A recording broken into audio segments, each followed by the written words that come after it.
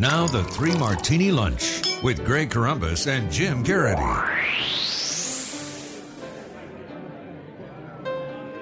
And welcome, everyone, to the Monday edition of the Three Martini Lunch. I'm Greg Corombos of Radio America, along with Jim Geraghty of National Review. We trust you all had a wonderful Mother's Day weekend. We join you today with good, bad, and crazy news for conservatives. The good news, Jim, get the popcorn ready. The darlings of the political left are actually at odds with one another over the issue of free trade. And while it may not last that long, it sure is fun to watch now. The president over the weekend was asked about Massachusetts Senator Elizabeth Warren's criticism, his strong support of the Trans-Pacific Partnership, and he said Elizabeth Warren is a politician just like everybody else. He basically dismissed her complaints as just more politics. The Washington Post interviewed Elizabeth Warren after that. Senator, what's your response to the latest from President Obama? The president said in his Nike speech that he's confident that when people read the agreement for themselves, that they'll see it as a great deal. But the president won't actually let people read the agreement for themselves. It's classified. So, Jim, this will be fun. There are a couple of things that kind of jump out about this, Greg. A big part of it is we had talked in the past about how Barack Obama just never seems to believe that his opponents disagree with him for good reasons. There is no reasonable, honorable, loyal opposition to him. It is always done out of bad reasons. When he was debating the Iran deal with Senator Menendez, he says, look, I understand you guys have your lobbyists you have to answer to. And the not so subtle implication that, well, it's the pro-Israel lobbyists. Those folks. And Menendez very much objected to it, saying, no, Mr. President, it's not because I'm being pressured to do this. I genuinely think this is a bad deal. It's a bad deal for us, a bad deal for Israel, and it's a good deal for Iran. Here we see again, Obama wants his trade deal. Elizabeth Warren is one of the folks leading the objection. And well, why do you think she objects so strongly, Mr. President? Well, she's a politician. She's just doing it because it's popular, not because she actually thinks it's the right thing to do. And he just has this condescension that kind of drips every time he gets put into this situation.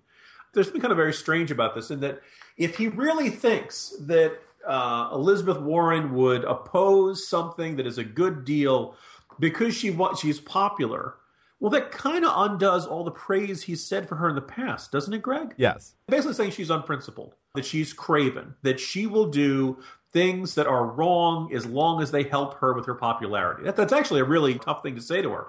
And obviously she's not taking this very well. And she's saying, look, Obama said he's confident when people read the agreement for themselves, they'll see it's a great deal, but he won't actually let people read the agreement for themselves. It's classified.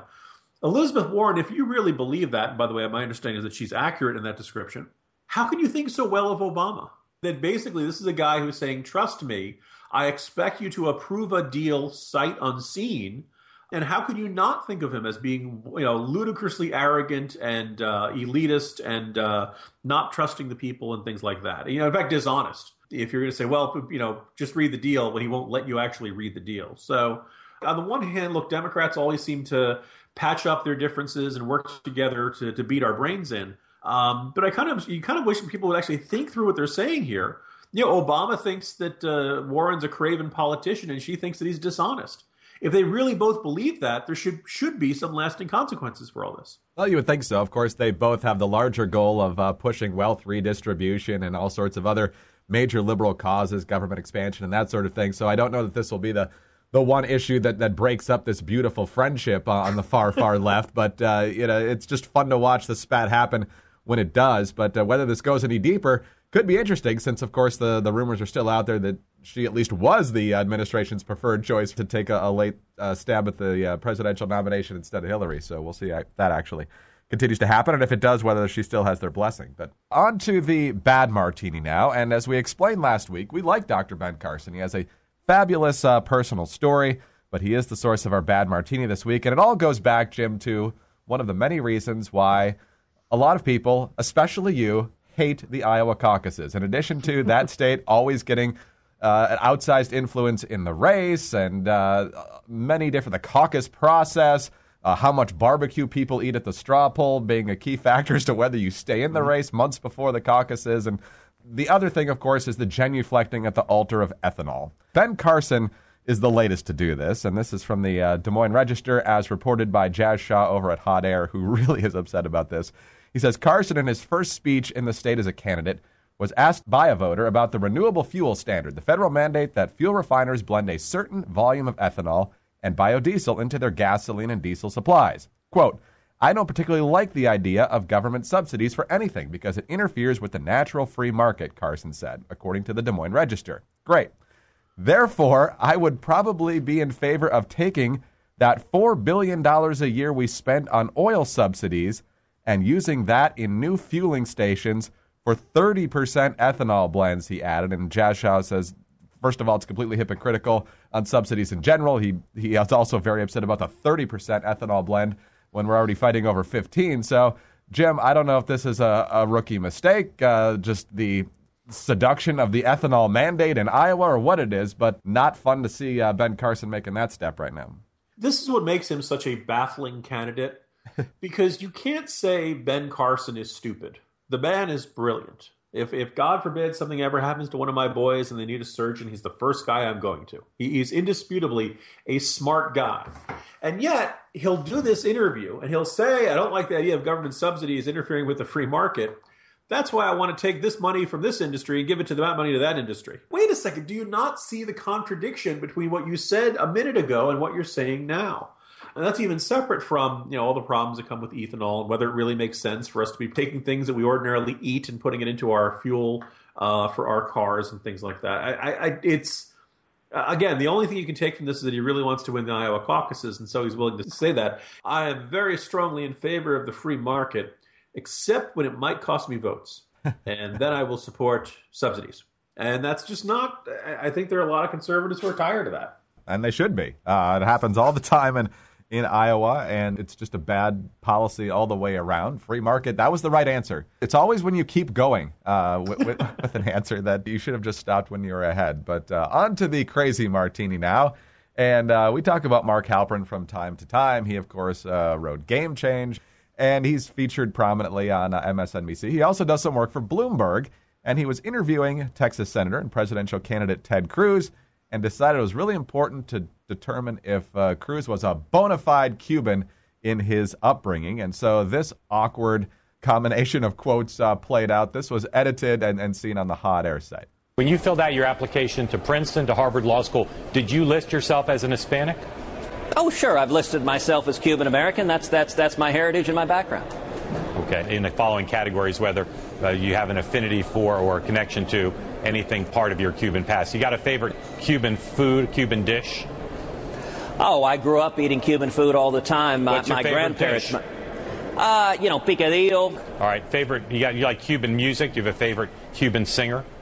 I have to admit, in that I'm much more of a Texan. I tend to listen to country music more than Cuban music. All right. Finally, I wanted to give you the opportunity to directly welcome your colleague, Senator Sanders, to the race, and I'd like you to do it, if you would, en español. I'm going to stick to English, but I appreciate the invitation, senor. Jim, you're Irish and you're best brogue. Can you explain why we have to go through this and why Mark Halperin should be considered a legit journalist anymore? Let me tell you, you insufferable Greek. So first observation here. This is what happens when Mark Halperin combines two different types of journalism into a really toxic brew. The first is enough policy talk. Let's talk a little bit more about Ted Cruz, the man, how he grew up, what shaped him, and all that stuff. There's a lot of good, useful journalism to be done in that. I think a lot of viewers, listeners, readers really do want to get to know the presidential candidates in a more personal way, not just in the what would you set tax rates at and things like that. The problem is that somehow along the line, Halperin kind of appoints himself the arbiter of ethnic authenticity.